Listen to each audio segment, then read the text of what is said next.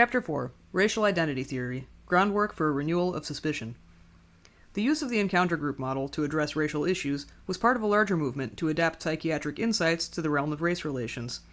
Initially, this trend brought highly credible examinations on the part of Kenneth Clark and others of the real psychological dimensions of racial discrimination, but increasingly the terms and mode of the new therapies, including the 12-step programs and the larger recovery ethos, the movement to free the inner child, and the like, became mixed in with the racial struggle indiscriminately. The idea that therapy could and should help bring about political change, at the very least by helping one individual at a time confront his or her own psychological inheritance, the legacy of racism and oppression, spawned a number of initiatives that fused race and therapy. A rough consensus over what came to be known as a perspective dedicated to empowerment united the disparate approaches. Therapy could help blacks and whites take charge of their own lives, ridding themselves respectively of the scars of oppression or of their racism. Mainstream psychotherapy increasingly adopted this perspective, as it formed new institutions and approaches to push what advocates saw as the interests of blacks, and addressed the racial dynamics of counseling. Meanwhile, a host of new therapies sprouted up, claiming with various degrees of explicitness to be carrying out the mandates of the revolution of the 1950s and 60s. The militant turn away from that movement in the mid-1960s increasingly validated those approaches deemed most radical. Under the benign guise of healing, such initiatives often escaped rigorous examination or public debate, as the indeterminate notion of empowerment harked vaguely back to the civil rights movement, which few Americans had any cause or desire to challenge. In fact, the self-help renaissance and growing popularity of New Age therapies gave fresh credibility to peripheral approaches that were now recast as alternatives of equal standing to more established approaches. This atmosphere allowed movements that for good reason had hitherto existed on the fringes to work their way unbidden and unnoticed into the mainstream. This application of varieties of pop psychology to the issue of race has deep ramifications. The growing acceptability and respectability of approaches that should be recognized as outlandish both heightens and reflects our lack of clear-sightedness and common sense about race. The founding of black psychology.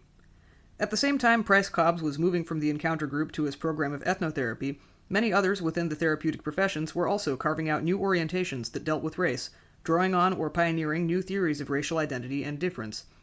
Although the whole issue of psychological and intelligence testing had exploded with the advent of the civil rights movement, and the idea of elemental racial differences justly received a fatal blow, or near-fatal blow as the bell curve debate later showed, a belief in racial differentiation drew new sustenance from movements for a black psychology and multicultural counseling. The Black Power movement's shift in emphasis from integration to self-sufficiency helped trigger the establishment of separate black organizations. Black caucuses, for instance, proliferated within professional organization, and as a direct result, from 1968 to 1971, roughly 20 new black national organizations were founded. This push for black coalitions had different meanings for different participants. Some saw it as a temporary way to build a foundation from which to work in more integrated settings. Some as an end in itself, a way of generating a viable economy and community among blacks. Still others as a repudiation of white racism and white liberalism in the form of deliberate separatism. This mobilization had much to do with the growing number of black professionals in education, politics, the social services, and other arenas. New jobs and a more militant ideology dovetailed to create a unique course of professionalization for blacks. The formation of new institutions, disciplines, and approaches among blacks in the late 1960s and early 70s fits the pattern other scholars have well marked for how new professions form, establish methods for credentialing members, carve out a specialized niche, and define or create a new body of knowledge. The new field of black psychology emerged out of this context. In the late 1960s, a group of black psychologists broke from the main professional organization of U.S. psychologists, the American Psychological Association, or APA. Charging at the APA's 1968 meeting in San Francisco that the association had not responded to the needs of blacks, a group of approximately 200 black psychologists formed the Association of Black Psychologists, an independent professional organization whose membership is now around 1,400. The initial concerns of the organization included the low numbers of blacks at all levels of the field of psychology, the misuse of psychological testing, and the failure of the APA to use its resources to battle racism. The Black Association submitted a petition of concerns that asked the APA to take particular actions on behalf of blacks, endorse the Kerner Commission's conclusion that white racism triggered the urban riots, reorganize itself to include more black representation, direct its energies to combat racism, study the misuse of psychological testing, reevaluate its certification and training, address the problems of the ghetto, add to the numbers of graduate and undergraduate students in the field by whatever means necessary, and establish a committee with representatives from the Association of Black Psychologists. In an article on the founding of the new organization, the Washington University professor Robert Williams wrote that the APA's response was, despite several positive actions it agreed to take, for the most part evasive and non-productive. To herald the arrival of the new field, a new journal was also founded, entitled The Journal of Black Psychology, whose first issue appeared in August of 1974. In an opening statement, its editor, William David Smith, defined black psychology as the study of black behavioral patterns. It deals with the total behavior in all situations of black people throughout the world. He added, "It is erroneous to assume that because black psychology has not been completely developed that it does not exist," and promised that a more definitive explanation will emerge as we investigate and learn more in this area. Books and articles in the new field followed in a veritable flood. Differing and often disagreeing about theory and method, these works nevertheless shared a common understanding of the uniqueness of the black experience. While it was obvious that African Americans' historical treatment had been unique, it was not at all clear that their future had to remain so. To use terms familiar to the emerging adherents of black psychology, just because the diagnosis was that blacks' historical inheritance led to psychological differences, it was not a given that therapists should assume a continuation of those differences or prescribe treatment that assumed they were ineluctable. Yet the simultaneous broad reorientation in American culture to a preoccupation with individual identity helped ensure that the prognosis would rest on the same premise of basic racial differences. A central treatise in the emerging movement was the book Black Psychology, edited by the psychologist Reginald L. Jones, and published in 1972. With chapters on everything from the misuses of psychological testing to the roots of white racism, the collection of essays assembled the writings of a number of black social and behavioral scientists. Hardly all in agreement about basic matters, the essayists nevertheless shared a commitment to reinterpret psychological theory and practice relating to blacks, and to pose new directions for thinking about race and psychology. In his preface, Jones pointed to several themes: an emphasis on the positive aspects of black behavior which have permitted survival, though not without scars, rather than a focus on black deficiency, a rejection of the white experience as the norm for judging blacks, and a location of explanations for black behavior in social and economic conditions and not just psychology. Jones insisted that the new subdiscipline did not accept the notion of inevitable racial differences in psychology when he wrote, "It may appear that categorical black-white differences across social and personal domains are being made. Nothing could be further from the truth." Despite this caveat, he went on to say that environmental forces shape and influence black Americans.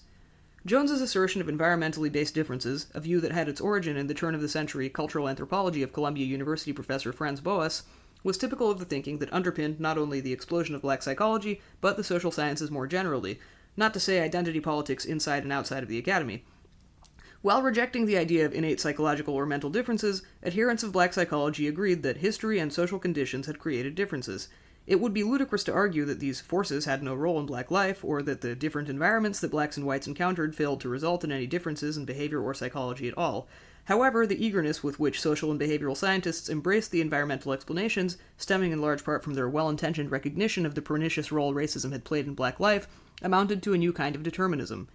In the 1990s, the Harvard sociologist Orlando Patterson criticized liberal social scientists for a deterministic or over-socialized point of view that downplayed any possibility of black autonomy or responsibility, even while he took conservatives to task for their under-socialized view that failed to see any social and economic factors in explaining black behavior or experience. One important side effect of liberal environmental determinism was its promotion of an unexamined assumption of black difference. Another was an even less examined premise that the best way to understand the black experience and address black needs was through identity. In the context of the late 1960s, influenced both by the rage school of black invective and interpretation of the black struggle, and by psychological and cultural trends that stressed the value of emotional catharsis and saw the inferiority complex as a crucial phase of life, this search for identity took on a distinctly personal nature. The idea that blacks should separately free themselves to discover and create their own identities, to become empowered, replaced the moral universalism of the civil rights crusade. The debate over black emasculation. The psychiatrist Alvin Poussant, one of the main spokespersons for a black psychology, helped reorient questions of racial justice to the realm of psychology. Taking issue with the leading black American psychologist Kenneth Clark, who headed the APA in the 1970s, Poussant argued that the primary psychological problem blacks faced was not so much a self-hatred or inferiority complex resulting from life under white supremacy as an aggression-rage constellation. The urban riots that occurred continually throughout the 1960s appeared to him to be less a form of community suicide, as Clark put it, than a result of suppressed anger. To argue this point, Poussant offered an analogy between the mood of all blacks and his own feelings upon being stopped, frisked, and publicly humiliated by a white policeman in Jackson, Mississippi in the mid-1960s. Accompanied by his black secretary, he was tormented by a sense of impotence in the face of authority. It revealed publicly his inability to fulfill the mandates of his masculinity and protect his female companion. Because Poussant was called boy, addressed by first name alone, and threatened with violence when he hesitated to comply with the policeman's commands, all of the blacks witnessing the incident were psychologically put in our place, he observed, concluding, "What was I to do with my rage?" Poussin's main argument, which surfaced repeatedly in his work and that of many others at the time, was that slavery and segregation had led to black men's castration, the stripping away of their very manhood. Blacks had developed docile and unassertive personalities in response to continual humiliation and the omnipresent threat of punishment for any sign of aggression. Even religion had fostered passivity by merely teaching blacks that they must love their oppressor. White racism had thus resulted in a trained incapacity to be aggressive. This idea that one of the primary, if not the primary, results of racial oppression was black men's castration has of course been widely discussed and debated. The notion that a main thrust of black liberation needed to be an assertion of masculinity, as defined in terms that were increasingly coming under attack by the emerging women's movement, the counterculture, and the therapeutic culture, rang false to many black women, including prominent feminists. Entangled in this debate over masculinity was the divisive issue of whether the traditional attacks on black men had contributed to an abnormal matriarchal social structure among blacks. Even those who condemned the emasculation of black men, but failed to accept the idea that a black matriarchy existed, were interpreted as arguing that the problem with black communities was the overweening power of women, and its eclipse of black manhood. Michelle Wallace, in her 1979 work Black Macho and the Myth of the Superwoman, was one feminist writer who questioned the claim that the primary casualty of racism had been the black male's natural right to aggression. She traced that view to the sexism prevalent in the 1960s left and its cult of masculinity. The controversy over the emasculation theory and the notion of a black matriarchy was heated and long-lasting, and it still rages in the work of some black feminists and some social scientists. Orlando Patterson's most recent book, Rituals of Blood, which returns to the emasculation theory, clearly touches on this sore spot.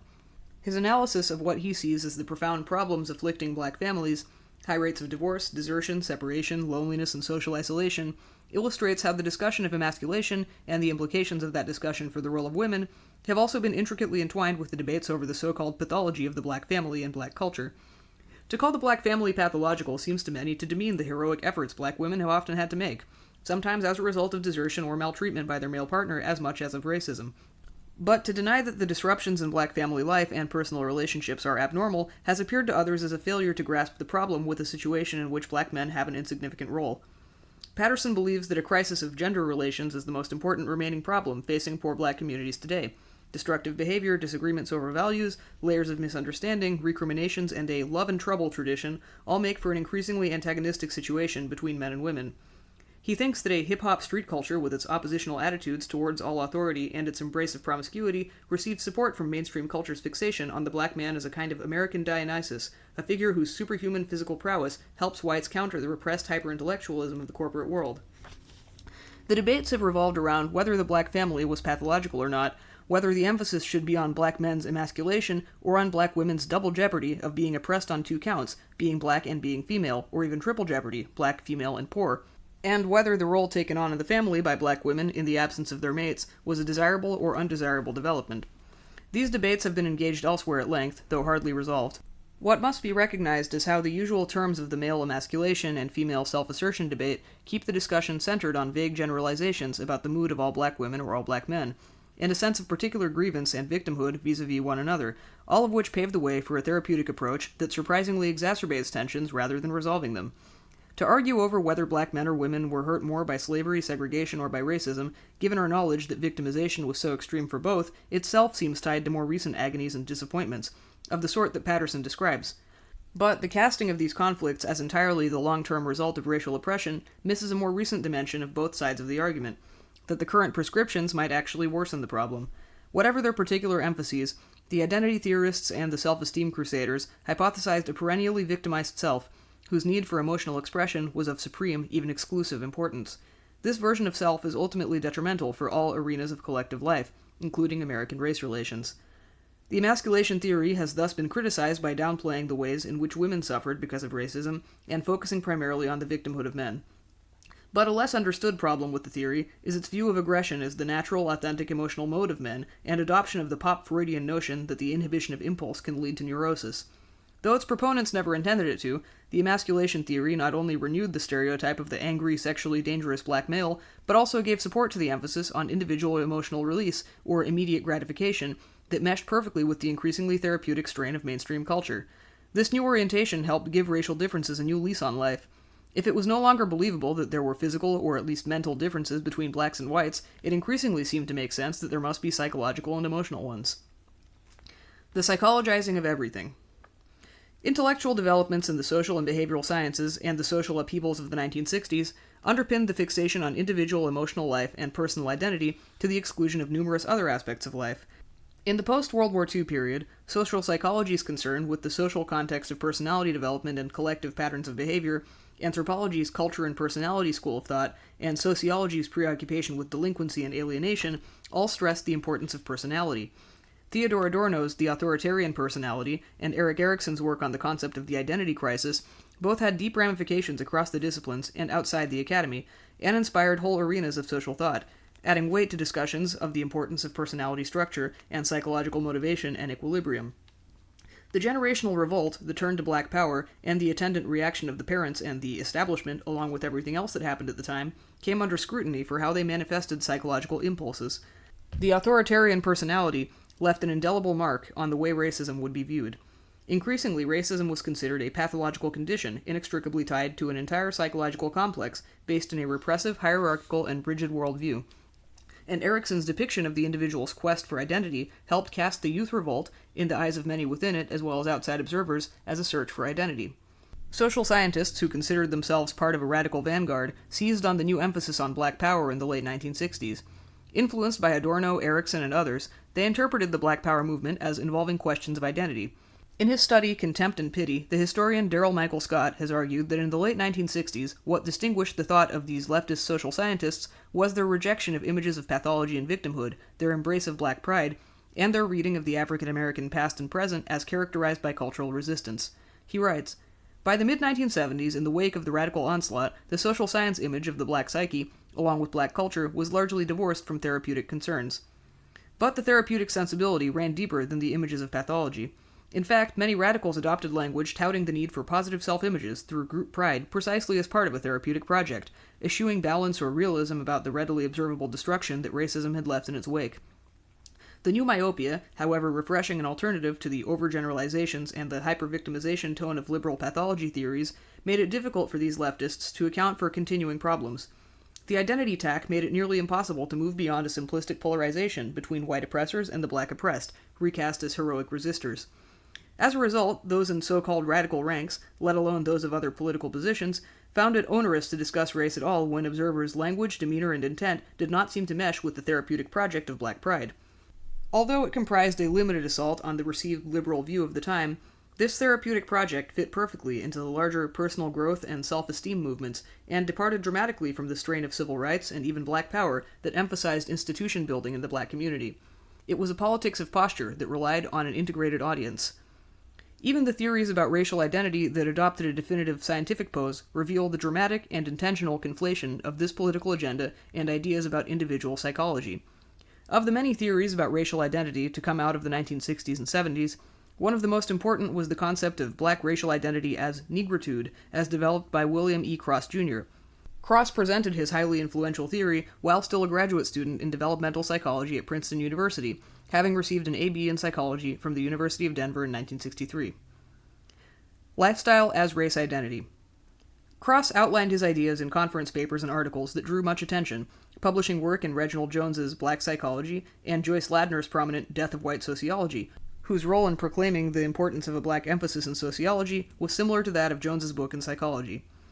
Cross's theory, which he elaborated on in a later book, was simple, to a fault. Clearly inspired by the concept of consciousness raising prevalent at the time, he proposed that blacks go through 4 distinct stages when they encounter blackness in themselves: pre-encounter, encounter, immersion, and internalization. In the pre-encounter stage, Cross and his co-authors wrote, society has conditioned blacks to see themselves as inferior and uncivilized, having adopted notions of white supremacy, so they adopt preferences for white norms of expression, beauty, and the like. Such an individual has difficulty trusting blacks and believes that whites are more intelligent. Furthermore, this psychological profile predisposes the individual to a self-destructive ideology of incorporation, integration, or assimilation. In the encounter stage, an experience related to race makes an individual question his or her self-image. This experience leads to an obsessive search for black identity. Now he or she develops a black perspective and turns to the project of self-validation, which comes in the next stage, immersion. Here, Cross and his co-authors argued with certainty, everything of value must be relevant to blackness. They elaborated at length, quote, this person involves himself in a world of blackness, e.g. he participates in political meetings, rapping sessions, black theater, seminars, art shows, television programs, etc. This person feels and behaves as if the white world, culture, and persons are dehuman, e.g., whites become honkies, pigs, devils, etc. to him. This person hungrily consumes black literature and devotes much contemplation to the forms of being black, e.g., he wears dashikis, cultivates an afro, takes on an African name, etc. This person turns inward and withdraws from everything that is white." End quote. As a result, the individual at the encounter stage stops deifying whites and begins celebrating and analyzing black culture, creating a new lifestyle.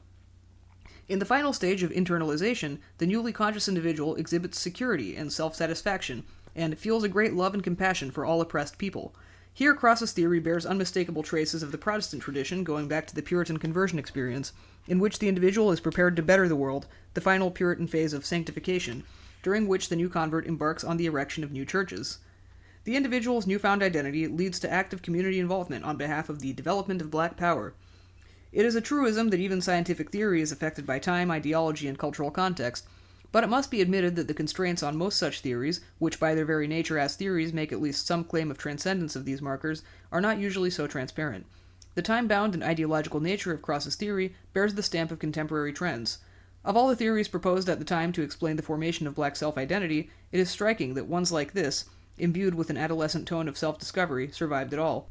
That this theory was received by some as equally legitimate as the others proposed in black psychology, such as the psychologist Edward Barnes' assertion of the important role of the black family and community in socializing children into a positive self-concept, testifies to the extent to which the paradigm of consciousness raising had pervaded the American mind. Coming in equal shares from the political movements of the era, which had yielded a valid basis for a large-scale awareness of past wrongs and future hopes, in the civil rights movement, the push for female equality, the growing opposition to the Vietnam War, and budding environmental, Native American, and gay rights agitation, and from the therapeutic movement, the cult of awareness was a strange hybrid. In the early 1970s, the belief that one's style, attire, possessions, housing, and other aspects of one's self-presentation was an all-important and quasi-political phenomenon helped make personal identity seem intrinsically tied to one's political stand.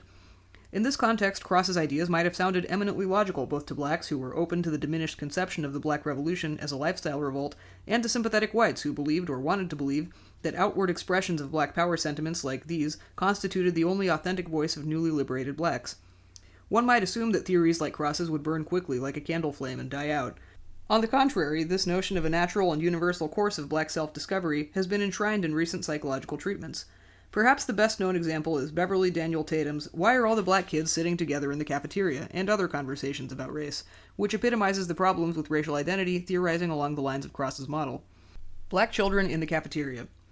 Tatum is a professor of psychology and dean at Mount Holyoke College, as well as a psychologist in private practice.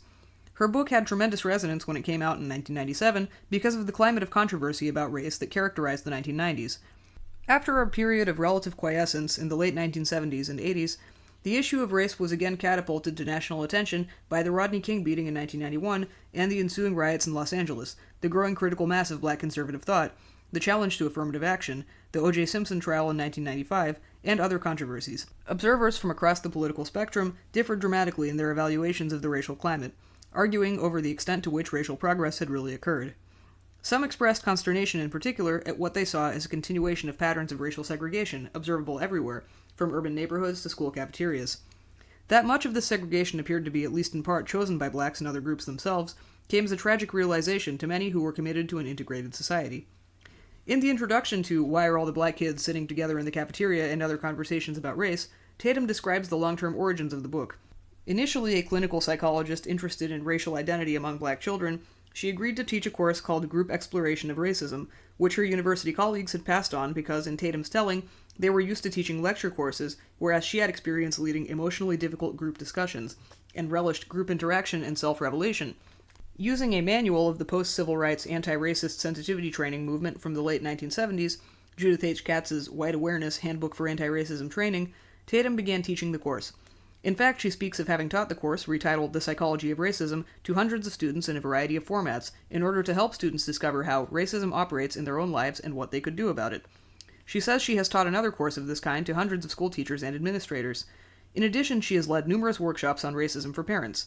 In the context of these classes and workshops, she has repeatedly heard the question about why black students frequently sit separately in school cafeterias, these many years after desegregation.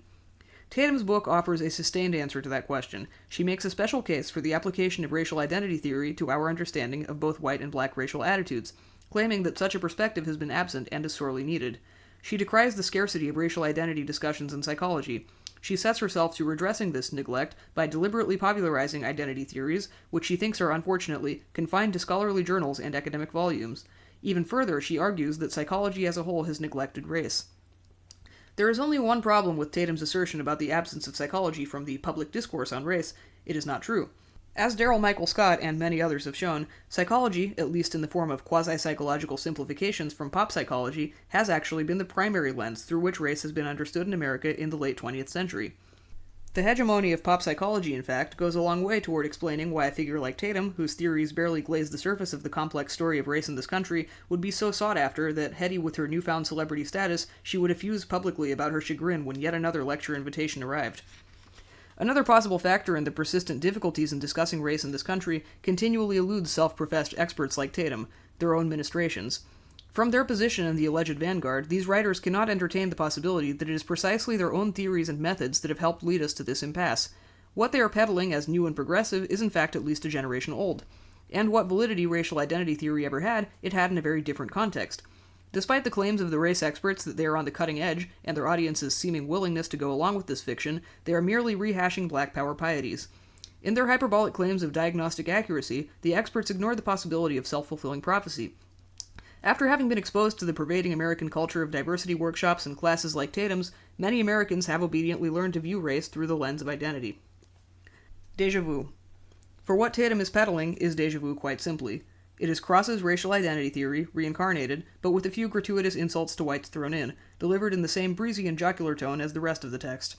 Tatum's answer to the question about self-segregation among black high school and college students is simple. They are experiencing a natural phase of their identity development. Building on the premise of an unchanged racist society, Tatum leads us through Cross's stages. In the pre-encounter stage, the black child adopts the norms of dominant white society, including the stereotypes, omissions, and distortions of the Eurocentric culture that reinforce notions of white superiority. Next comes the encounter, where a set of experiences an individual has as part of an oppressed group, often beginning around junior high school or high school. In response to his or her awareness of racism, the individual frequently develops an oppositional social identity, tries to assimilate to white society, searches for alternative images, or turns to seek support in the psychological safety of their own group, thus the segregated cafeteria tables. Next comes the immersion in black culture, during which, Tatum eagerly informs us, the developing black person sees white people as simply irrelevant. This stage leads to a final phase characterized by a strong sense of one's racial identity, commitment to blacks, and supposedly a concomitant ability to transcend race. Tatum gives a number of examples of what triggers this encounter stage, which she sees as naturally and justifiably characterized by anger. In one illustration, a teacher keeps encouraging a young black woman to attend a school dance. When the student declines, the teacher says, "Oh, come on, I know you people love to dance." The student automatically interprets this phrasing as a deliberate racial slight. When she confides her humiliation to her white friend, the friend says, "Oh, Mr. Smith is such a nice guy, I'm sure he didn't mean it like that, don't be so sensitive."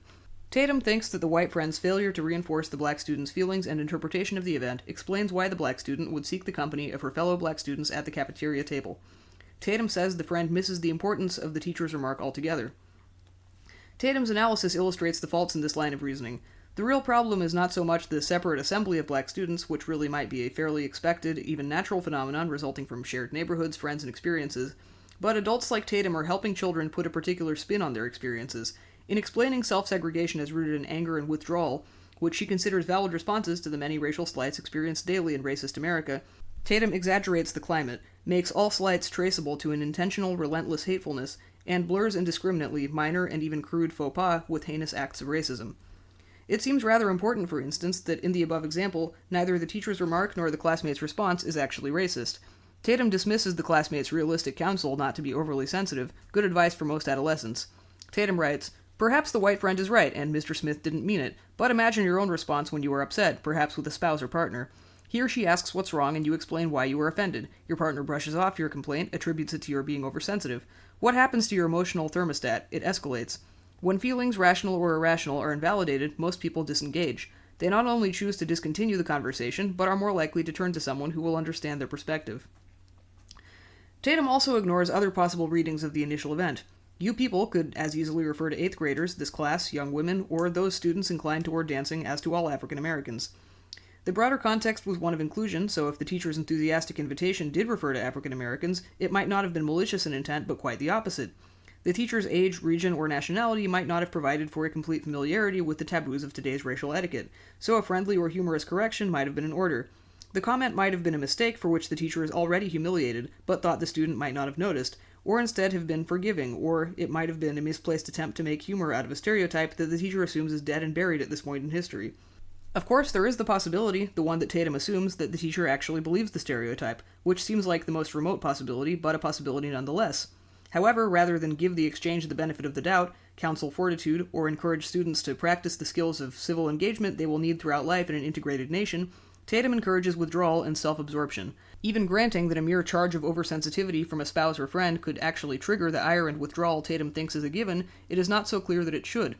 The idea that any slight, large or small, even if not actually intended as a slight, should be experienced as a deliberate withholding of emotional validation is one to be challenged, not supported.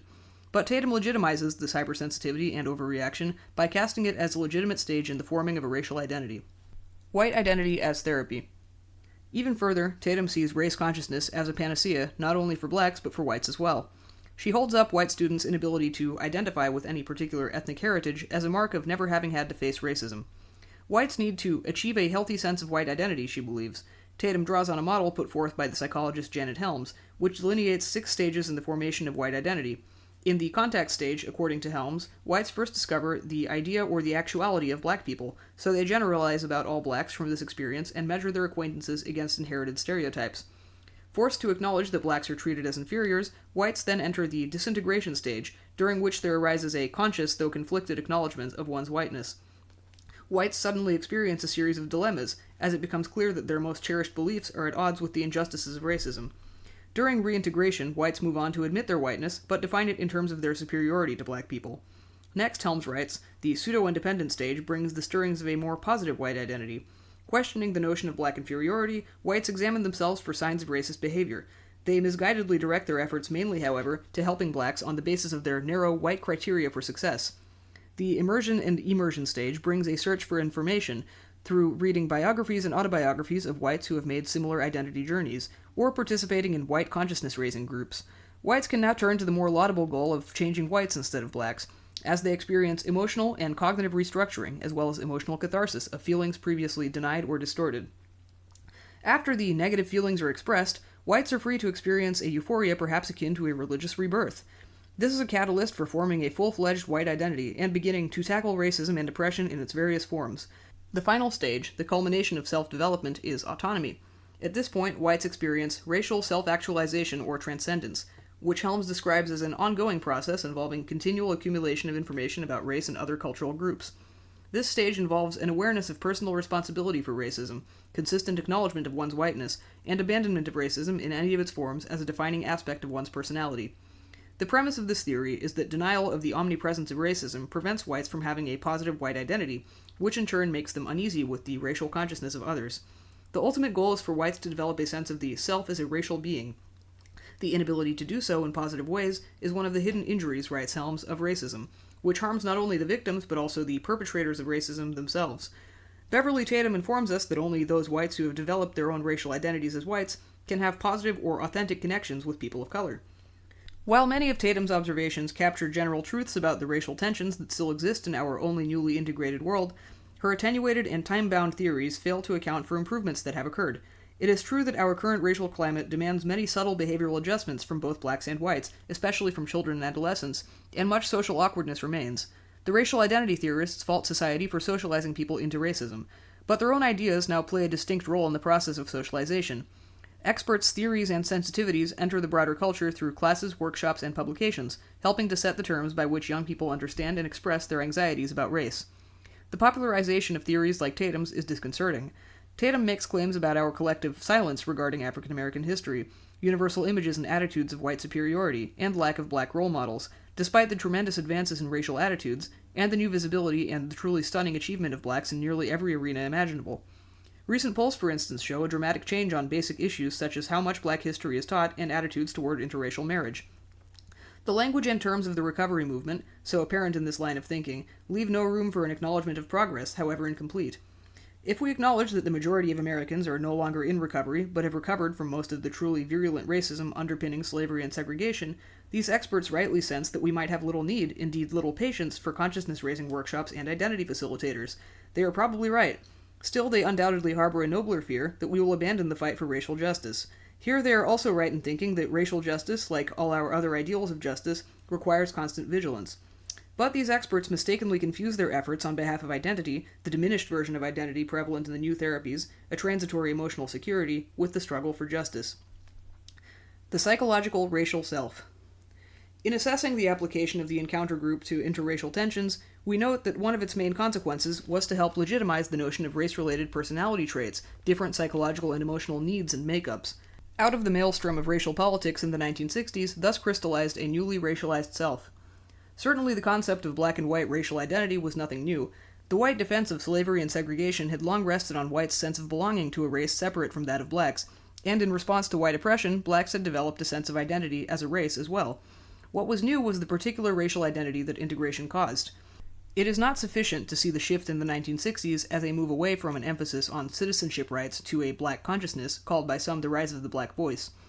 There were endless possibilities, as infinite as human variation itself, for what black Americans would think about the past and current strictures of their lives, and how that would influence their sense of themselves as individuals. The idea that there exists a single unified black consciousness, beyond a shared sense that wrongs had been inflicted upon blacks in the American past, was a product of the radical milieu as it unfolded in the cultural context of the age. That race was a preeminently psychological matter had become so widely believed by the 1960s that the notion of an individual's coming into racial awareness, or a society's rising consciousness of race, was reduced to narrow models for blacks and whites.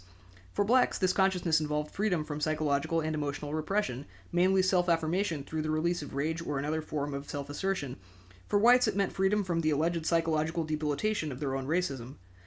The increasing weight of psychology as a tool for addressing race relations thus underpinned the shift in notions of interracial conduct by positing narrow interpretations of how the self responds to a social world pervaded by racism. Psychologists, psychiatrists, and pop psychologizers were a major flank in the army of social engineers who sought to prescribe or legitimize certain behaviors as responses to this reality. The prominence and appeal of their work spoke to the continuing anxieties Americans harbored about interracial conduct, but also ultimately served to exacerbate those tensions by contributing to a kind of cultural lag, a delay in Americans' realization that the civil rights movement had indeed changed or represented a change that had already taken place in many whites' attitude toward blacks, and by promulgating psychological resolutions that rested on a double standard of behavior. Furthermore, the racialized self, in shorthand the angry black self and the guilty or imbalanced white self, that was implied in the specifically psychological form of consciousness that emerged, furnished a severely limited range of validated emotional expression for both. The expert's narrow and backward-looking sense of the self's response to interracial life ironically constricted the choices available for interpersonal interactions by providing the underpinnings for a dominant model for such interactions, even while promising individual liberation.